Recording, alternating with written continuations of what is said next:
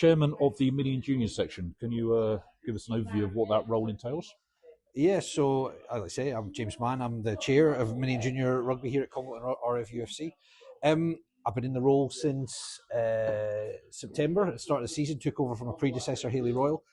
Essentially, it means running the Mini and Junior section, looking after all facets of it, from liaising with our director of rugby, Mini and Junior Rugby, Simon Jones, to organising the tuck shop, to dealing with any issues we have from parents, making sure all the age groups are sorted, coordinating our impressive volunteer team. So it's just everything. Bit of everything, right? Yeah, pretty full by the sound of it. As I understand it, if you go back sort of 5 years to times of COVID, etc., we were down to under 50 kids or thereabouts. 37. 37. Yeah. There you are. You got the numbers. That's why you're chairman.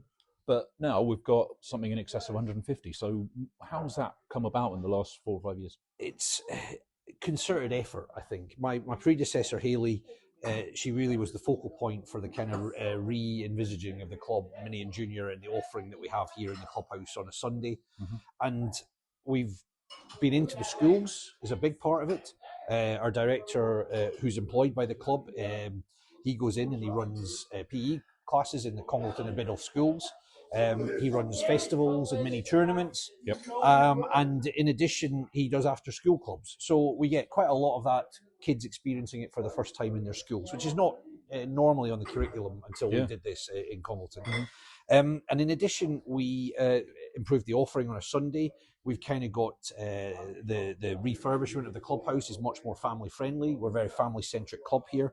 We've got coaches going through their qualifications, so their level of coaching is improved. And we also have had several initiatives where we do bring a friend days, and those are very popular. So the existing rugby players bring someone down, and they get a t-shirt, and then we've also had the person they brought down getting a t-shirt, and that just sort of repeats every year, and we grow from there. Yeah. You know, we tend to lose some players every year, but we tend to be on a positive growth. Already this season we may have lost 20, but we've gained 40. You know, it's that kind of thing. We're really on the up, I think, as a club.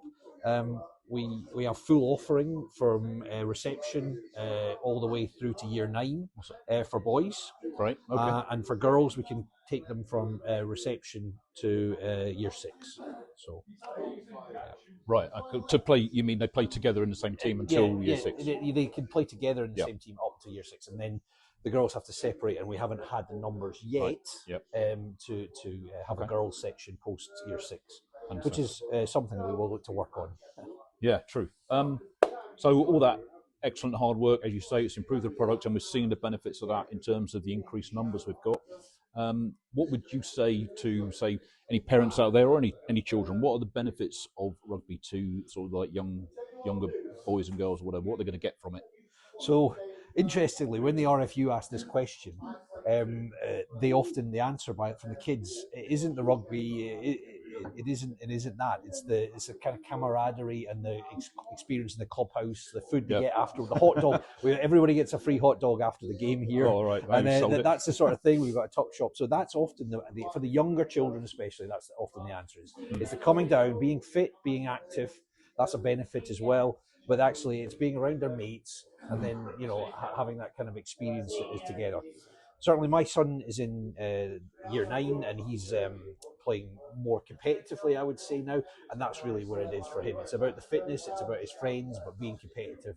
And also, I guess, rugby is a sport that gives you, if you're going to go on and go to college or university, there's always a rugby team, there's always a rugby club. You've kind of got that ready-made friends group. So I think it kind of sets you up for life. Yeah. In addition, we obviously embody the rugby values, the England rugby values. So we call them TREADS. So they're teamwork, respect, enjoyment, discipline, sportsmanship. So, at the end of every season, there's a Player of the Year award, but there's also a TREADS award. So, we as a club really embody that kind of spirit of rugby.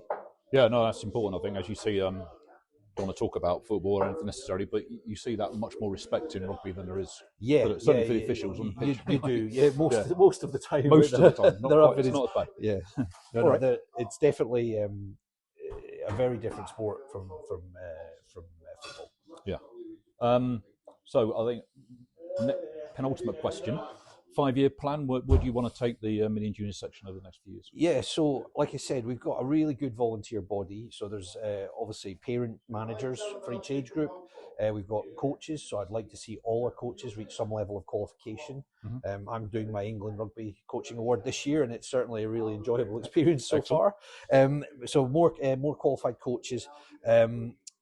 We've also got a great fixture secretary who she's the kind of unsung hero of the club. She keeps us going. You know, we're at the minute 8 age groups, and every week we have to know where we're going to be, where we're going to go. So I think as the club grows, I want to get to having an age group all the way from under 6s to Colts, because this club hasn't had Colts for a number of years. That's true. And that I think the senior rugby team suffers when they don't have the Colts, because they don't have that constant supply of new players. So my aim for the 5 years would be to take us to Colts. So I think our current under 12, under 13 merge team, they'll be the next Colts team, because our under 14s plays jointly with Leek. So the kind of plan there is that we'll take those under 14s into the Leek Academy setup, learn how they run their setup, and then bring that knowledge back to Congleton. Makes sense. So there's a couple of us who are going to do that and see that through. But yeah, that's the ultimate aim, is to have a Colts team for the lads, and then if the numbers allow us to really maybe grow into having a girls section. We've recently got a new ladies team, and you know, it'd be lovely to be able to feed them the same way we would be able to feed the men's team. It is harder to keep girls, enough of them together to play rugby, and what we've done in the past is we've worked with the other local clubs like Macclesfield and Leek to make sure that if there's someone in Congleton they want to continue to play rugby past what we're able to offer them, we've found opportunities with the local clubs. Good. All right. Very final question before I let you go. Obviously, Six Nations just kicked off yesterday. Sound like you're from a Scottish background. What do you think to Scotland's chances this year? Yeah, well, there's always two sorts of fans. The ones that are always thinking we're going to win this year, we're going to do it this year. The ones who are like a bit more realistic. I think based on Ireland's performance, I think if we can get third, we'll be doing well this year. Excellent. Good. Thank you, James. Thank you, Paul. Cheers. Okay, let's go.